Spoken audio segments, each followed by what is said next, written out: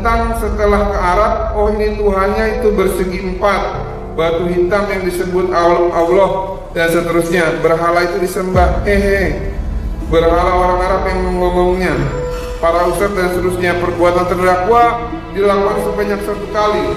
Hal ini didasarkan pada pemahaman terdakwa MKC, karena arah atau kiblat sholat dan rukuk adalah kepada Ka'bah, yang di dalamnya adalah batu hitam atau batu Hajar Aswad yang bersegi empat.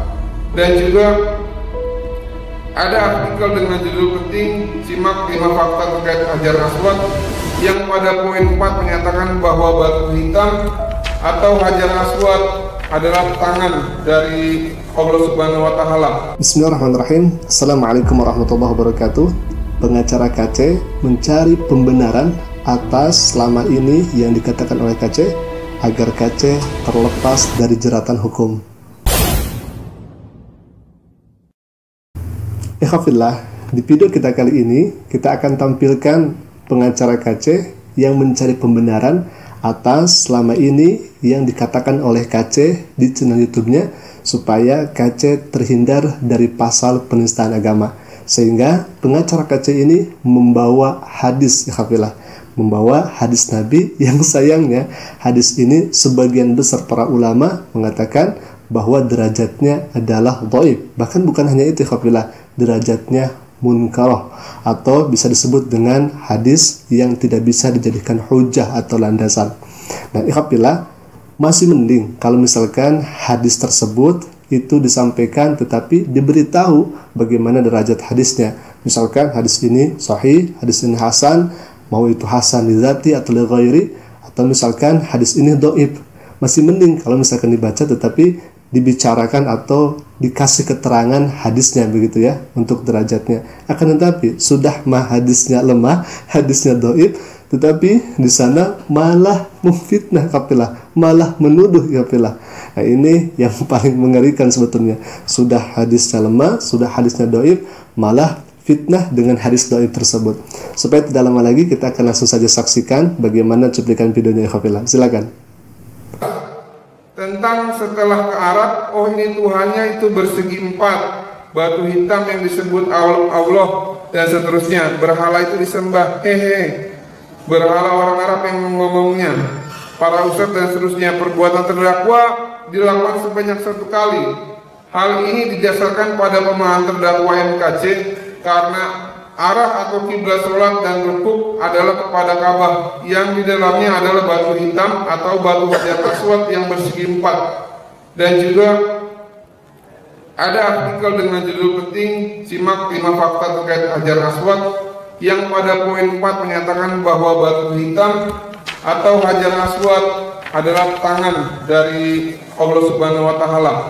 Sebagaimana yang diriwayatkan Abu Ubaid, baginda Rasulullah mengkiaskan Hajar Aswad sebagai tangan Allah di bumi. Barang siapa yang mengusap Hajar Aswad seolah-olah sedang bersalaman dengan Allah, itu dianggap seperti sedang berbayat kepada Allah dan Nabi Muhammad SAW. Baik, kita akan jelaskan.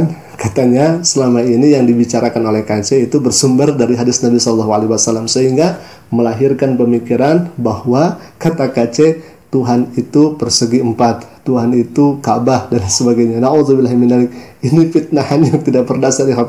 Saya sampai ngakak mendengar apa yang dikatakan oleh pengacara ini, sehingga mereka ini mencari pembenaran supaya KC tidak dikenakan pasal penistaan agama. Baik, kita akan jawab tuduhannya dan fitnahannya.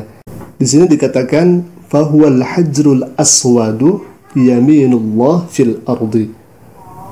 Qala ahlu ta'wil innakum tu'awwiluna hadzal hadis li'annakum la yumkin an taqulu innal hajra huwa yadullah wa naqul hadza haqqun la yumkinu li'adin an yaqula anil hajril aswad yadullah azza wa jal, walakin qabla an nujib ala hadza naqul inna hadzal haditha batilun wa la yusbit anin nabiy sallallahu alaihi wasallam.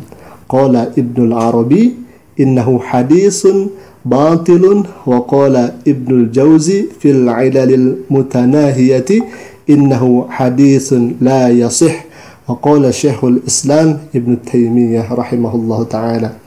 Alhamdulillah, barusan kita sudah melihat bagaimana kedudukan hadis tersebut. Bahkan bukan dikatakan dhaif lagi, ini disebut batil la yasih, sudah batil dan tidak sah hadisnya. Alhamdulillah. Kalau misalkan ada sebagian ulama, misal ada sebagian ulama yang mengatakan bahwa hadis ini adalah hasan li zati atau hasan li ghairi karena banyaknya periwayat hadis ini, misal, atau kedudukannya sahih misalkan. Lantas kemudian apakah Hajar Aswad itu disebut yadullah atau tangan Allah? Kalau misalkan Hajar Aswad disebut yadullah atau Ka'bah disebut yadullah sehingga Ka'bah itu sampai dituhankan oleh umat Islam, ini merupakan kesesatan yang nyata, ya kafilah. Karena dia tidak tahu bahwa yadullah di sini merupakan perumpamaan. Sama halnya yadullah itu dengan baitullah, sama halnya dengan saifullah, asadullah. Itu jangan dimaknai secara literal. Karena kalau misalkan dimaknai secara literal, nantinya akan mengandung arti yang sangat rancu. Yang pertama, ikhwafillah, kita akan jelaskan. Nah, yadullah, baitullah, saifullah, asadullah itu semua perumpamaan.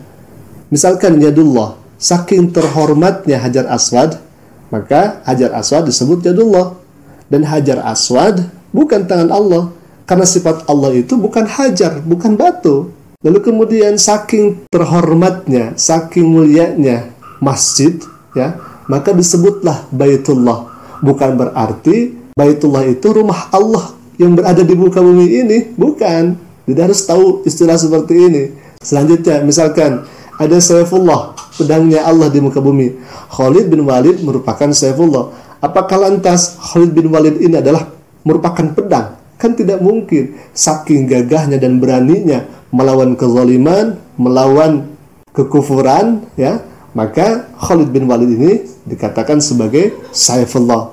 Lalu kemudian misalkan Asadullah, Asadullah singa Allah. Hamzah, ya, merupakan Asadullah. Apakah lantas Hamzah ini merupakan singa, ya, singa yang kakinya 4, lalu kemudian giginya itu tajam dan sebagainya? Apakah Hamzah ini merupakan Asadullah? Kan tidak.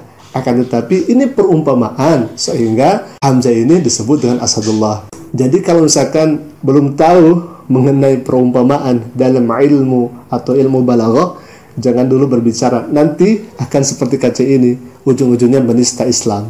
Baik, alhamdulillah, mungkin itu saja dulu yang bisa kami sampaikan. Semoga hari ini bisa menjadi klarifikasi dan bermanfaat untuk kita semua. Bagi alhamdulillah, kami ucapkan banyak terima kasih yang telah mendukung channel ini dengan like, subscribe, komen, dan lain sebagainya. Semoga Allah Subhanahu wa taala membalas kebaikan alhamdulillah dengan balasan yang berlipat ganda. Amin ya Allah ya rabbal alamin.